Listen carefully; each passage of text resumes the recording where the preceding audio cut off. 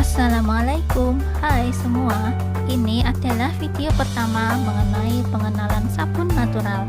Di video ini kita akan membahas mengenai apa itu sabun natural, bagaimana reaksi penyabunan itu terjadi, kemudian cara kerja sabun, mengenai sejarah sabun, dan juga berbagai manfaat dari sabun natural.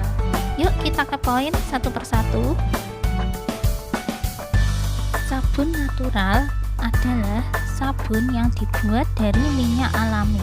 Ini bisa dari tumbuhan ataupun dari hewan, dan melalui proses penyabunan, yaitu mereaksikan minyak dengan suatu zat yang bernama lye. Selama proses penyabunan ini, lye akan diproses seluruhnya hingga menjadi sabun, sehingga tidak ada lagi lye yang tertinggal dan sabun akan aman digunakan.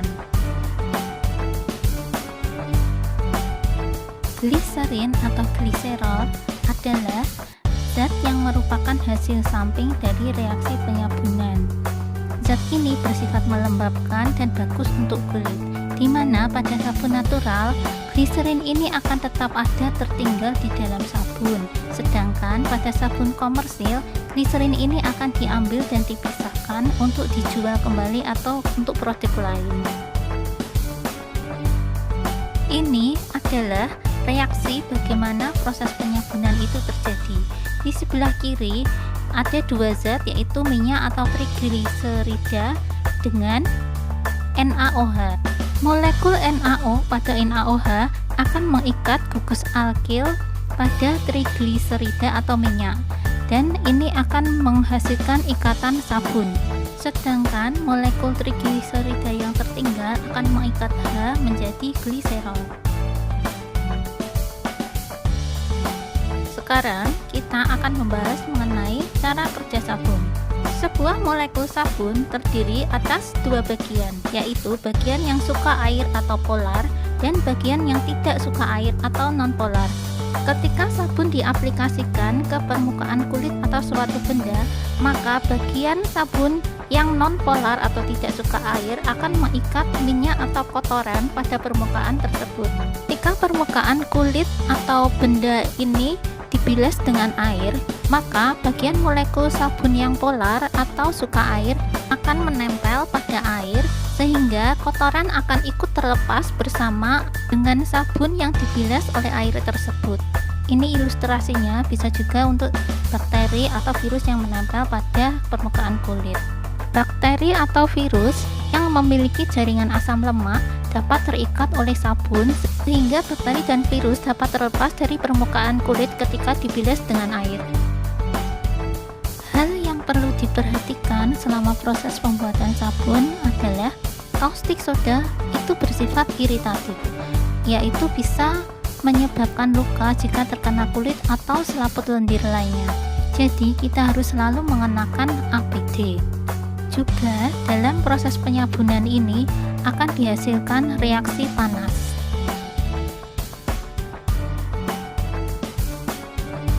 Baiklah, sekarang kita akan melihat ke sejarah sabun.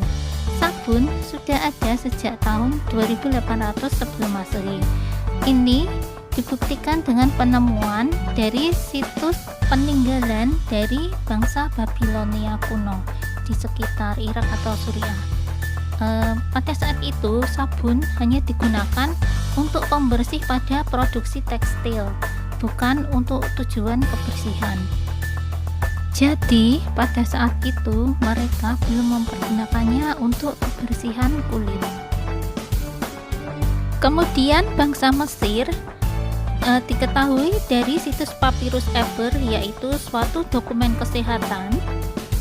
Pada tahun 1500 sebelum Masehi, mereka telah menggunakan kombinasi dari minyak nabati dengan minyak hewani yang direaksikan dengan garam alkali untuk membuat sabun. Sabun ini mereka gunakan untuk menyembuhkan penyakit kulit dan untuk membersihkan. Selain itu, Nabi Musa juga mengimbau kaumnya untuk menjaga kebersihan dalam peribadatan. Istilah saponifikasi berasal dari bahasa Latin sapo, yang artinya sop atau sabun. Sapo juga merupakan nama sebuah gunung dalam legenda Romawi kuno, di mana di gunung tersebut diadakan upacara penyembelihan hewan kurban untuk dewa-dewa mereka. Dan pada saat hujan turun, lemak hewan yang tersisa bereaksi dengan sisa abu pembakaran, sehingga menghasilkan sabun. Sabun ini terbawa oleh aliran air hujan dan menuruni sungai. Dan tanpa disengaja, orang yang mencuci baju di sungai tersebut mendapati bahwa busa pada air sungai membuat bajunya lebih bersih. Abu Bakar Muhammad bin Zakaria Ar-Razi atau dikenal sebagai Rhazes di dunia barat merupakan salah seorang pakar sains dari Persia atau Iran yang hidup sekitar 900 Masehi. Beliau adalah seorang ahli di bidang filsafat, kimia, matematika, dan kedokteran. Beliau adalah peracik pertama yang membuat ramuan sabun modern. Kala itu orang Arab membuat sabun dari campuran minyak nabati dengan essential oil. Ada sebuah sabun yang sudah terkenal selama berabad-abad, yaitu sabun Aleppo. Sabun ini diproduksi di kota Aleppo, yaitu sebuah kota yang berada di Syria atau Suriah. Produksinya telah ada selama ratusan tahun. Ini dibuat secara handmade dan formulanya tidak pernah berubah selama berabad-abad. Formulanya terdiri dari minyak zaitun yang dicampur dengan natrium hidroksida dan air, kemudian ditambahkan minyak esensial daun salam dan didinginkan. Kemudian dipotong-potong dan dibiarkan selama 7 bulan hingga 1 tahun untuk pematangan.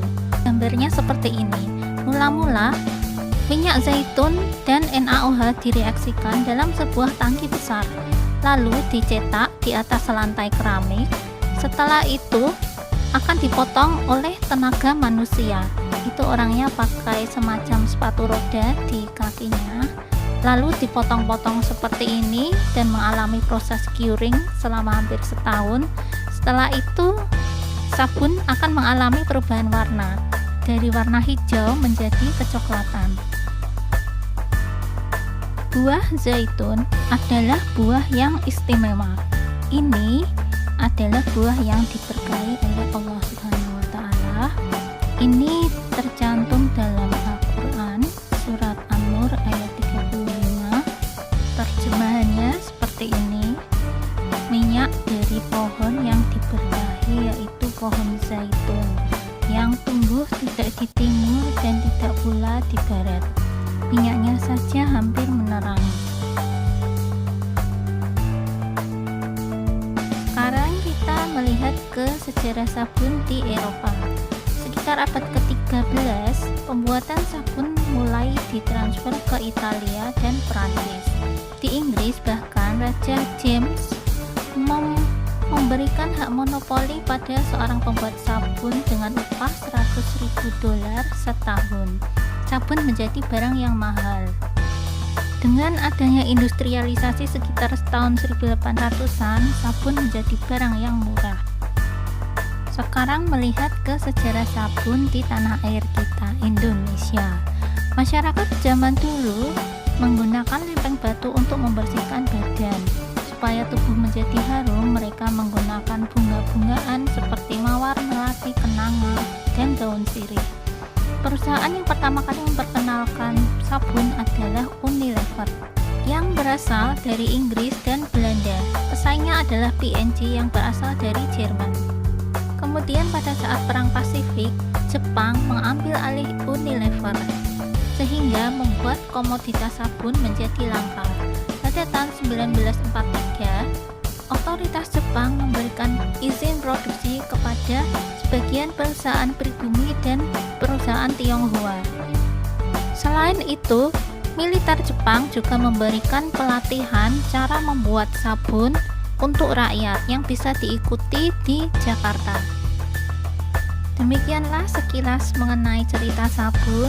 Kurang lebihnya mohon maaf, hanya sedikit yang saya tahu. Silakan mencari lagi referensinya dari Google atau dari mana saja. Ada berbagai manfaat yang dapat kita ambil dari sabun natural. ini akan memiliki kandungan gliserin alami yang dihasilkan dari reaksi sampingnya. Kemudian kita juga bisa memasukkan berbagai zat yang bermanfaat untuk kulit sesuai dengan keinginan kita, seperti misalnya lidah buaya, ekstrak rempah-rempah, bubuk kopi atau teh hijau, juga bisa susu kambing ataupun susu sapi.